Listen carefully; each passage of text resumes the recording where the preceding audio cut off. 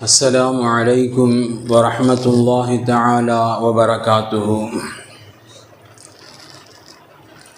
الحمد لله رب العالمين والعاقبة للمتقين والصلاة والسلام على سيدنا أفضل الأنبياء والمرسلين وعلى آله وصحابه وأزواجه وذرياته وأهل بيته وأتباعه أجمعين. أما بعد، فقد قال الله تعالى في القرآن العظيم وفي الفرقان الحميد: يريدون ليطفئوا نور الله بأفواههم والله متم نوره ولو كره الكافرون. صدق الله العلي العظيم.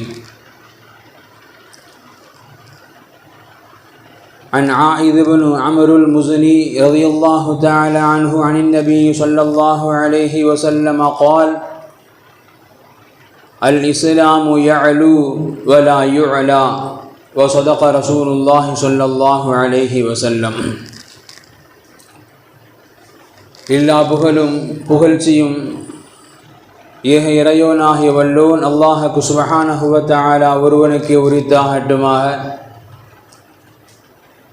அவனது இறுதி தூதர் ஹாத்தமுன் நபி முஹம்மதுன் ஸல்லல்லாஹு அலைஹி வஸல்லம் அன்னவர்கள் மீதும் அன்னாரது வாழ்க்கை வழிமுறைகளை தங்களது வாழ்வின் எல்லா நிலைகளிலும் கடைபிடித்து வந்த உத்தம சத்திய சஹாபாக்கள், தாபிஈன்கள், தபஉ தாபிஈன்கள், அக்தாபுகள், அவுலியாக்கள், நல்லோர்கள், நாதாக்கள், மேலும் உலகளாவிய முஸ்லிம்கள் குறிப்பாக நம் அனைவர்கள் மீதும் வல்ல ரஹ்மானின் அன்பும் அருளும் என்றென்றும் நிறைவாக உண்டாவதாக. ஆமீன்.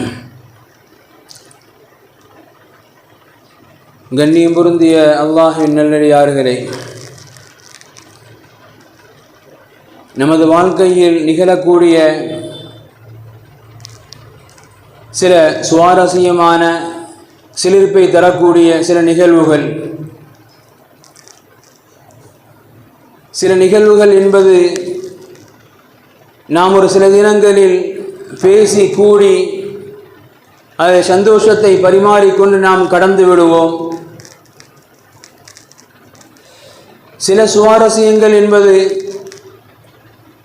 மாதக்கணக்கிலும் அது பேசிக்கொண்டு இருக்கக்கூடிய சுவாரஸ்யங்களாக அமைந்து விடுவது உண்டு.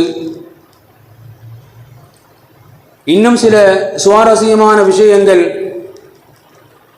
அது அந்த நிகழ்வை மாத்திரமல்ல, அந்த நிகழ்வோடு சம்பந்தப்பட்ட இதற்கு முன்புண்டான பல நிகழ்வுகளை நமக்கு ஞாபகப்படுத்தி தரக்கூடிய ஒரு காரியமாக ஒரு சில விஷயங்களாக அமைந்து விடுவதும் சில நேரங்களில் நாம் பார்க்கக்கூடிய ஒன்று. அதுபோன்றுதான் பொதுவாகவே விளையாட்டிற்குண்டான ஆர்வமும் அதை காண்பதற்குண்டான இன்பமும் நம்மில் பலருக்கும் அது ஒரு சுவாரஸ்யத்தை தரக்கூடிய ஒரு விஷயம். அதில் குறிப்பாக கடந்த வாரம் நடைபெற்று முடித்திருக்கக்கூடிய உலகக்கோப்பை கால்பந்து போட்டி, 23வது உலகக்கோப்பை கால்பந்து போட்டி. பொதுவாக ஒவ்வொரு போட்டிகளும் அதை ரசிக்க தெரிந்தவர்களுக்கு, அதனுடைய ரசிகர்களுக்கு அது மிகப்பெரிய இன்பத்தை தரக்கூடியது. அதில் உலகக்கோப்பை கால்பந்து என்பது பல கோடி ரசிகர்களை உலகளாவிய அளவில் ஈர்த்திருக்கக்கூடிய ஒரு விளையாட்டு. அதனுடைய இறுதிப் போட்டி உலகின் கால்பந்தினுடைய மிகப்பெரிய ஜாம்பவான் அணியாக கருதப்படக்கூடிய அர்ஜென்டினாவை உலகத்தினுடைய வல்லரசாக தன்னை காட்டிக் கொண்டிருக்கக்கூடிய ஏகாதிபத்திய அரசினுடைய முழு ஆதரவை பெற்றிருக்கக்கூடிய ஒரு அணி. எனவே அந்த அணிதான் ஜெயிக்கும் என்கின்ற பல்வேறு நபர்களுடைய நம்பிக்கைகளுக்கு மத்தியில் அதற்கு முன்பு நடைபெற்று வந்த பல போட்டிகளை தன்னுடைய சாதுரியத்தாலும் சில நேரங்களில் சூழ்ச்சிகளினாலும் வென்றுவிட்டே வந்த அர்ஜென்டினா அணி எனவே இறுதிக் கோப்பையிலும் வென்றுவிடும், உலக கோப்பையை தனக்கே சொந்தமாக்கிக் கொள்ளும் என்றெல்லாம் கணித்து வரப்பட்ட ஒரு சூழலில்தான் உலகின் மிகப்பெரிய ஜாம்பவானாகிய அர்ஜென்டினாவை ஸ்பெயின் எதிர்கொள்கின்றது. ஆட்டத்திற்கு ஒதுக்கப்பட்ட நேரத்திலே இரு அணிகளும் வெற்றிக்கு தேவையான எந்த கோல்களும் அடிக்கப்படாமல் அதிகப்படியான சில நேரங்கள் ஒதுக்கப்பட்டு அந்த நேரத்தினுடைய கடைசி தருவாயில் ஸ்பெயின் ஒரு கோலை அடித்து உலகக் கோப்பையை தனக்கு சொந்தமாக்கிக் கொள்கின்றது. இது ஒரு விளையாட்டு செய்திதானே. இன்று கறந்துவிடக்கூடிய பல தோழர்களுக்கு மத்தியில் இந்த ஸ்பெயினுடைய இந்த வெற்றிக்கு பின்னாலும் அதனை மையப்படுத்தி ஸ்பெயின் இது எப்படிப்பட்ட ஒரு அணி, இது எப்படிப்பட்ட ஒரு நாடு, எப்படி நமது வாழ்க்கையினுடைய சில சுவாரஸ்யங்கள் நமது கடந்த காலத்தை நமக்கு தட்டி எழுப்பி உயிர் பெற்று வர செய்யுமோ அதுபோன்று ஸ்பெயினுடைய இந்த உலகக்கோப்பையின் வெற்றி என்பது சமூக வலைதளங்களில், குறிப்பாக இஸ்லாமியருடைய சமூக வலைதளங்களில் ஸ்பெயினை குறித்து, ஸ்பெயினுடைய வரலாறை குறித்து நாம் அறிவதற்கு தேவையான பல்வேறு விதமான ஆச்சரியமான தகவல்களை உள்ளடக்கிய வரலாறாகவே சமூக வலைதளங்களில் இந்த வெற்றியை பரிமாற செய்யப்படுகின்றது, பகிர்ந்து கொள்ளப்படுகின்றது. பொதுவாக அல் குர்ஆனிலும் அதிகமான இடங்களில் பல்வேறு சமுதாயத்தினுடைய வரலாறுகள், உண்மையின்பால் நின்றவர்களுடைய வரலாறும் பேசப்படும். அசத்தியத்தின்பால் நின்றதினால், அதிலேயே நிலைத்திருந்ததினால் அல்லாஹ்வுடைய அழிவிற்கு சொந்தமான வரலாறும் பேசப்படும்.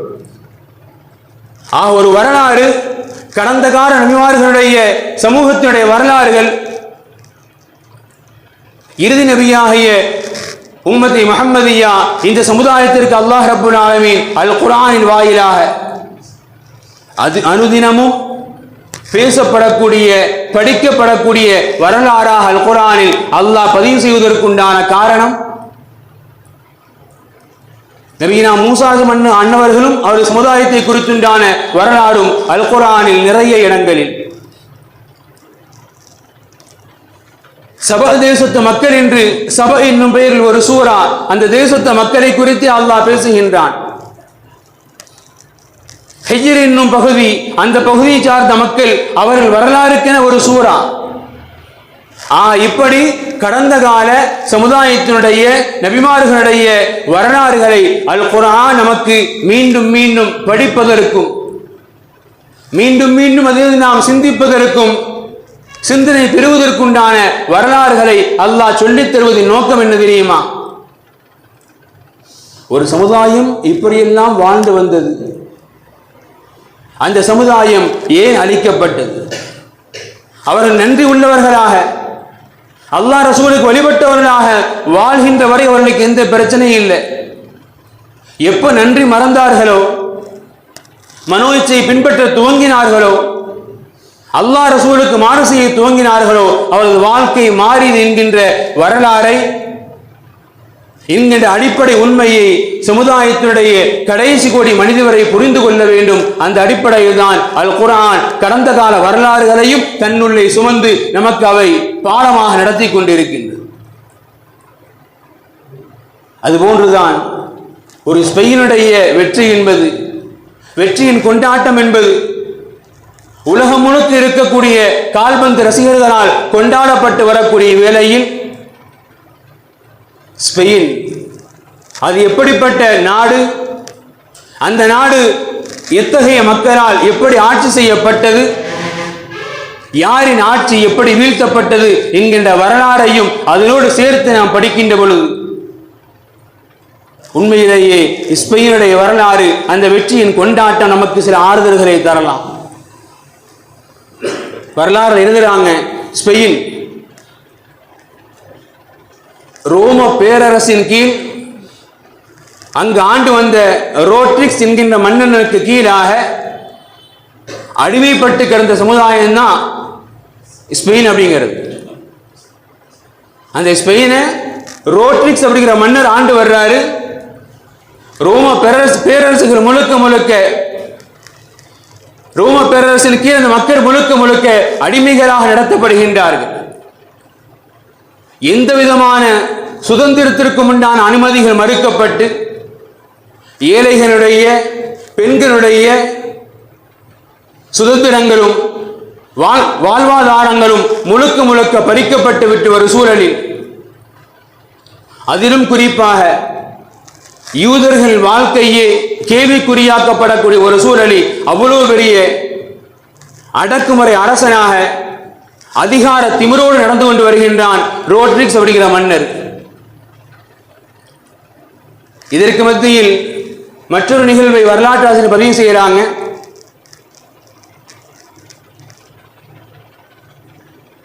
மொரோக்கோவிற்கும் ஸ்பெயினுக்கும் மத்தியில் இருக்கக்கூடிய ஒரு ஊர் சியோட்டா அப்படிங்கிற ஒரு நகரம். மொரோக்கோவுக்கும் ஸ்பெயினுக்கும் மத்தியில் சியோட்டா அப்படிங்கிற ஒரு நகரம். அந்த நகரத்திற்கு கவர்னராக ஜூலியன் அப்படிங்கிற ஒரு பதவி வகிச்சு வர்றார். இந்த ஜூலியரின் மகள் புளோரிண்டா, இவர் ஒரு சட்டக்கல்லூரி மாணவி. இவர் கல்லூரியில் பயில்வதற்கும் அதுபோன்று சட்டக்கல்லூரியினுடைய சில நிலைமைகளை தெரிந்து வருவதற்கும் இவர் தினமும் போயிட்டு வர்றார், பயணப்பட்டு வர்றார்.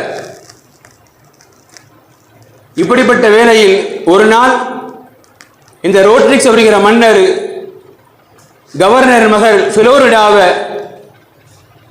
தனியாக கடத்தி கொண்டு போய் அவரை மானவங்கப்படுத்தி அசிங்கப்படுத்தி விடுகின்றார். சாதாரண ஆள் இல்லை, ஒரு கவர்னருடைய மகள், சாதாரண பெண் அல்ல, ஒரு கவர்னருடைய மகள். அவளுக்கே இந்த நிலைமைன்னு சொன்னா அப்ப யோசிச்சு பார்க்கலாம் சாதாரண குடிமக்கள் நிலைமை எப்படி இருக்கும்னு சொல்லி. சரி, தவறு நிகழ்ந்துருச்சு. அந்த தவறு நிகழ்ந்தது என்று தெரிந்ததற்கு பிறகு கவர்னர் நேரடியாக ரோட்ரிக்ஸ் மன்னருடைய அரண்மனைக்கே போறார். தனது மகளுக்கு நிகழ்ந்த இந்த அநீதத்திற்கு ஒரு நீதம் வேணும் என்கின்ற ஒரு கோரிக்கை முன்வைக்கிறார். அவரிடத்திலிருந்து சரியான எந்த ஒரு பதிலும் கிடைக்கப்பெறவில்லை. சரி, இவர்கிட்ட தான் இவருடைய அரண்மனை தான் கிடைக்கல என்பதாக கருதி அங்கிருந்து வெளியேறி அவருடைய தலைமையிடம் ரோம பேரரசு அங்கேயும் நேரடியாக போறார். போய் அங்கு முறையிடுறாரு. நான் இந்த மாகாணத்தினுடைய கவர்னராக இருக்கிறேன், என்னுடைய மகள் இவ்வாறெல்லாம் அசிங்கப்படுத்தப்பட்டு இருக்கின்றார், அதற்கு நீதி வேண்டும் என்று நான் ரோட்ரிக்ஸ் மன்னரிடம் முறையிட்டேன், எந்த பதிலும் இல்லை. எனவே ரோமாரி பேரரசாகிய உங்களிடம் வந்திருக்கிறேன், என் மகளுக்கு நடந்த அநீதத்திற்கு ஒரு தண்டனை, ஒரு நீதத்தை பெற்றுத்தாங்க என்று அங்கே முறையிடுறார். அங்கேயும் நீதம் கிடைக்கப்பெறவில்லை. இறுதியாக இஸ்லாமிய கிலாபத்தினுடைய வட ஆப்பிரிக்க கவர்னர், இஸ்லாமிய கிலாபத்தினுடைய வட ஆப்பிரிக்க கவர்னர் மூசபுல் நுசைர் அவரிடத்தில் இந்த கவர்னரும் வர்றாரு. ஏற்கனவே ஸ்பெயினில் மிகுந்த அடக்குமுறைக்கு உள்ளாக்கப்பட்ட யூதர்களும் மூசபுல் நுசைரை தேடி வர்றாங்க. வந்து சொல்றாங்க, எங்களை ஆண்டு வரக்கூடிய ரோட்ரிக்ஸ் மன்னர் மக்களுக்கு எந்த ரீதியிலும் நல்லது செய்வதே கிடையாது, எல்லா விதங்களும் எங்களுக்கு தொல்லை மட்டுமே தரப்படுகின்றது, எங்களால் ஸ்பெயினில் நிம்மதியாக வாழ முடியவில்லை. எனவே ரோட்ரிக்ஸ் மன்னரை எதிர்த்து நீங்கள் போரிட முன் வர வேண்டும், உங்களுக்கு தேவையான எல்லா ஆதரவையும் யூதர்களாகிய நாங்களும், அதுபோன்று இந்த கவர்னர் சேர்ந்து சொல்றாரு, உங்களுக்கு தேவையான எல்லா ஆதரவை உதவிகளை நாங்கள் செய்து வர்றோம், நீங்க தயவு செய்து கொடுக்கோல் அரசனாகிய ரோட்ரிக்ஸ் மன்னரிடமிருந்து எங்களுக்கு பாதுகாப்பை பெற்றுத்தாருங்கள், அவனை எதிர்த்து போரிட வாருங்கள் என்கின்ற கோரிக்கை வலுப்பெறுகின்றது, மிகப்பெரிய கோரிக்கையாக முன்வைக்கப்படுகின்றது. மூசபுல் நுசைர் இவர் இஸ்லாமிய தலைமை பீடமாக அன்று இருந்து வந்த சிரியாவுக்கு இந்த விஷயத்தான் எடுத்து சொல்றாங்க. இதுபோன்று ஸ்பெயினுடைய ரோட்ரிக்ஸ் மன்னர் மக்களுக்கு எந்த நல்லதும் செய்வது கிடையாது. எல்லா மக்களையும் அடக்குமுறையின் பெயர் ஆள பார்க்கின்றார். எனவே அங்குள்ள மக்கள் எல்லாம் உயிருக்கு பயந்து நிம்மதியான வாழ்க்கையை தேடி இஸ்லாத்தின் பால், இஸ்லாமிய நாடுகள் பால் தஞ்சம் புகுந்து வர்றாங்க. அப்படி வந்த பல மக்களின் கோரிக்கைகள் ரோட்ரிக்ஸ் மன்னரை எதிர்த்து நீங்கள் போரிட வேண்டும் என்கின்ற கோரிக்கை முன்வைக்கப்பட்டிருக்கின்றது. இஸ்லாமிய கிலாபத்தினுடைய அன்றைய ஆட்சியாளர் வலீத் பின் அப்துல் மலிக், சிரியாவில் ஆட்சி செய்யப்படுவது என்று வலீத் பின் அப்துல் மலிக் அவங்களிடம் இந்த கோரிக்கை முன்வைக்கப்படுது. வலீத் பின் அப்துல் மலிக் உடனே ஆணையிடுறாங்க மூசா பின் நுசைருக்கு, ரோட்ரிக்ஸினுடைய இராணுவம் என்பது எப்படிப்பட்டது, அந்த இராணுவம் எத்தனை நபர்களை கொண்டு நாம் முன்னேறி சென்றால், போரிட சென்றால் நம்மால் அவர்களை எதிர்த்து போரிட முடியும் என்கின்ற விஷயங்களை எல்லாம் நீங்கள் தெரிந்து கொண்டு வாருங்கள் என்கின்ற ஒரு உத்தரவை இஸ்லாமிய கிலாபத்து வலீத் பின் அப்துல் மலிக் பிறப்பிக்கிறாங்க. இந்த தகவலை மூசா பின் நுசைர் தனக்கு நம்பிக்கைக்குரிய தளபதியாக இருக்கக்கூடிய தாரிக் பின் ஜியாத் கிட்ட சொல்றாங்க, இது போன்று சிரியாவிலிருந்து தலைமையகத்திலிருந்து நமக்கு அனுமதி தரப்பட்டிருக்கின்றது, ரோட்ரிக்ஸை எதிர்த்து போரிடணும். அப்படி போரிடணும்னு சொன்னா எந்த விதமான தந்திரங்களும் இல்லாமல், எந்த விதமான திட்டம் இல்லாமல் நேரடியாக போய் இறங்கிட முடியாது. எனவே ரோட்ரிக்ஸ் எப்படிப்பட்ட ஆட்சியாளன், அவனுடைய இராணுவம் என்பது எப்படிப்பட்ட படைபலத்தை கொண்டது, அவனை எதிர்கொள்ள வேண்டும் என்று சொன்னால் நாம் எப்படியெல்லாம் முன்கள தயாரிப்புகள் செய்யப்பட வேண்டும் என்கின்ற ஒரு ஆலோசனையை கேட்டிருக்கிறாங்க.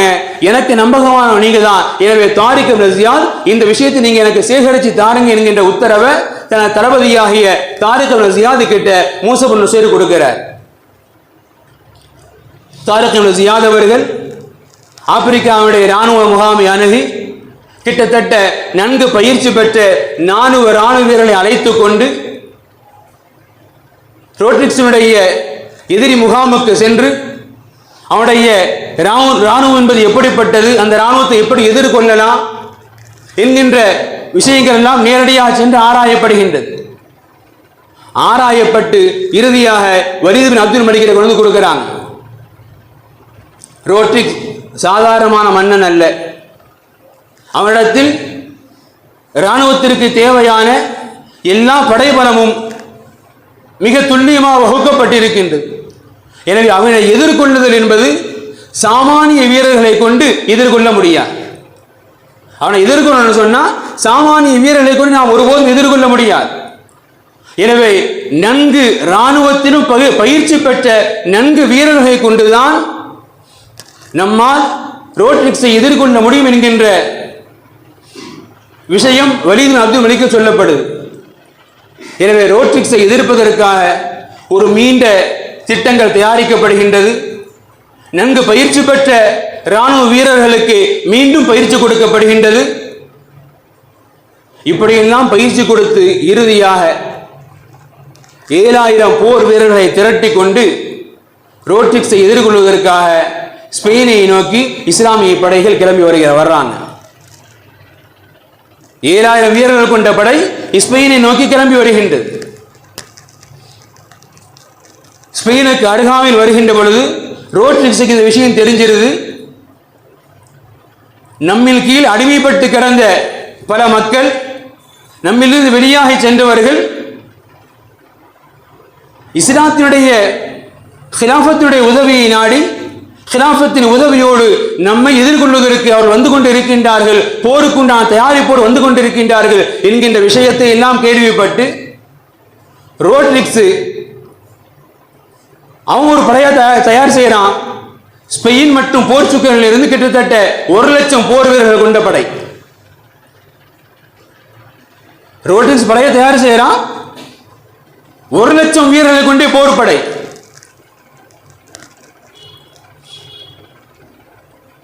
இரு அணிகளும் போர் செய்வதற்கு தயாராகி வந்துட்டாங்க. களத்திற்கு வந்ததற்கு பிறகுதான் தெரிகின்றது எதிரணி வீரர்கள் 1,00,000, இஸ்லாமிய படைகள் 7,000. அப்படியே கண்முன் நிகழ்த்தலாம் பத்ரை. 1313.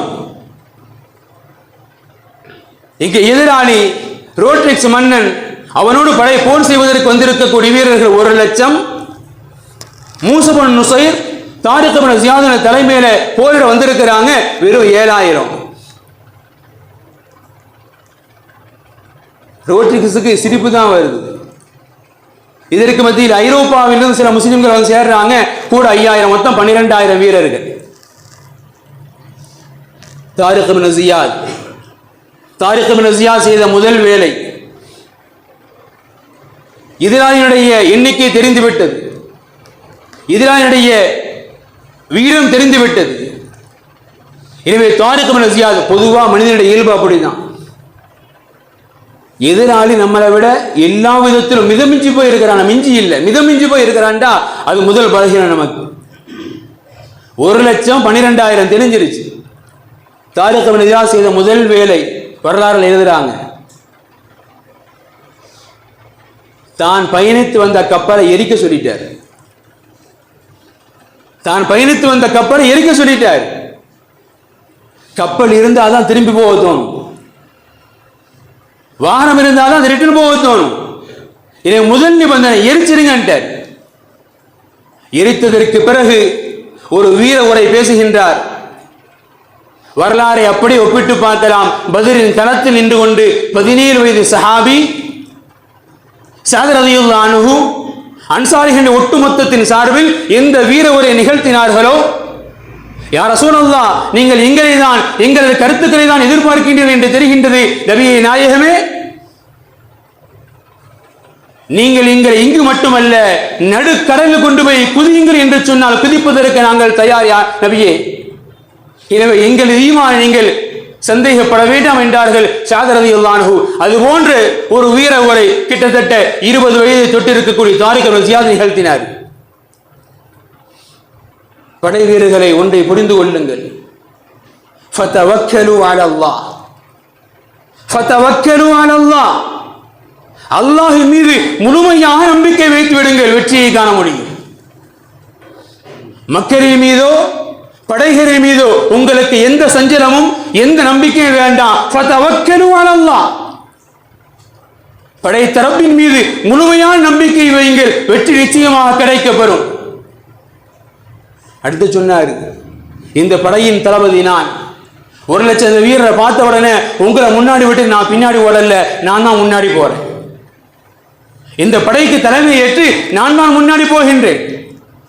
நீங்கள் என் பின்னால் அணிவகுத்து வாருங்கள், இன்ஷா அல்லாஹ் வெற்றி கிடைக்கும். ஒருவேளை நான் இந்த போரில் ஷஹீதாகிவிட்டால் எனக்கு பிறகு ஆளுமை மிக்க ஒருவரை எடுத்துக்கொண்டு நீங்கள் போரிடுங்கள், தயவு செய்து பின்வாங்கிறாதீங்க. இங்கே மிகப்பெரிய முழக்கத்தோடு படைகளை அழைத்துக் கொண்டு போகிறார் தாரிக் பின் ஜியாத். நீண்ட வரலாறு. அல்ஹம்துலில்லாஹ், அல்லாஹ்வுடைய அருளுக்கு இணங்க 1,00,000 நபர்களை ஈமானிய உறுதி கொண்டவர் வெற்றி கொண்டார்கள், வெறும் 12,000 பேர். ரோட்ரிக்ஸ் முழுக்க முழுக்க சிதைக்கப்படுகின்றான். எந்த கவர்னர் தனது மகளுக்கு இணைக்கப்பட்ட அநீதத்திற்கு நீதி வேண்டும் என்று கேட்டு வந்தாரோ அவர் முதல்ல நேர ஸ்பெயினுக்கு போனாரு. போய் சொன்னாரு, இஸ்லாமிய படைகள் நம்மை அழிப்பதற்காக அவர்கள் ஒருபோதும் வரவில்லை, நம்மை காப்பதற்காக வந்தவர்கள். எனவே அவர்களை எதிர்த்து நீங்கள் போரிட வேண்டாம், இஸ்லாமிய படையை தயவு கூர்ந்து உள்ளே அனுமதியுங்கள் என்று அவர் கெஞ்சிறார்.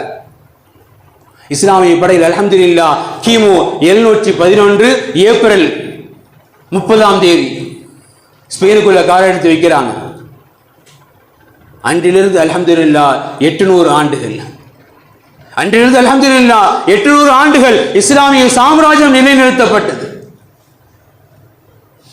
கல்விக்குண்டான முன்னோடிகள், விஞ்ஞானத்தின் முன்னோடிகள், மருத்துவத்தின் முன்னோடிகள், தத்துவத்தின் முன்னோடிகள், இப்படி எல்லா முன்னோடிகளும் உருவாக்கப்பட்டவர்கள் அந்த இஸ்லாமிய மண்ணில். இந்த வரலாறு அந்தலூஸ் என்று பேசுகின்றது. அந்தலூஸ் அங்குதான் உருவாக்கப்பட்டது. அங்கிருந்து உருவாக்கப்பட்டதுதான் உலகத்தினுடைய ஐரோப்பிய கண்டத்திற்கு கிடைக்கப்பட்ட அத்தனை விஞ்ஞானத்தின் வெளிச்சங்களும். 800 ஆண்டுகள் உலகமே விரமிக்கத்தக்க ஒரு இஸ்லாமிய சாம்ராஜ்யத்தை தாரிக் பின் ஜியாதுடைய தலைமையில் இஸ்லாம் வீறு கொண்டு எழுந்தது. அப்படிப்பட்ட ஒரு ஆட்சியை கொடுத்தாங்க.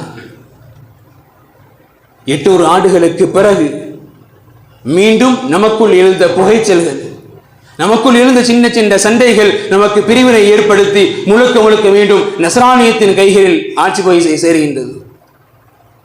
அல்ஹம்துலில்லாஹ் 2000ற்கு பிறகு மீண்டும் அந்த ஸ்பெயினில் இஸ்லாம் துளிர்த்துவிட ஆரம்பித்திருக்கின்றது. புதிதாக மருத்துவமனைகள், புதிதாக பள்ளி வாயில்கள், புதிதாக மருத்துவமனைகள் அல்ஹம்துலில்லாஹ் துவங்கி இருக்கிறாங்க.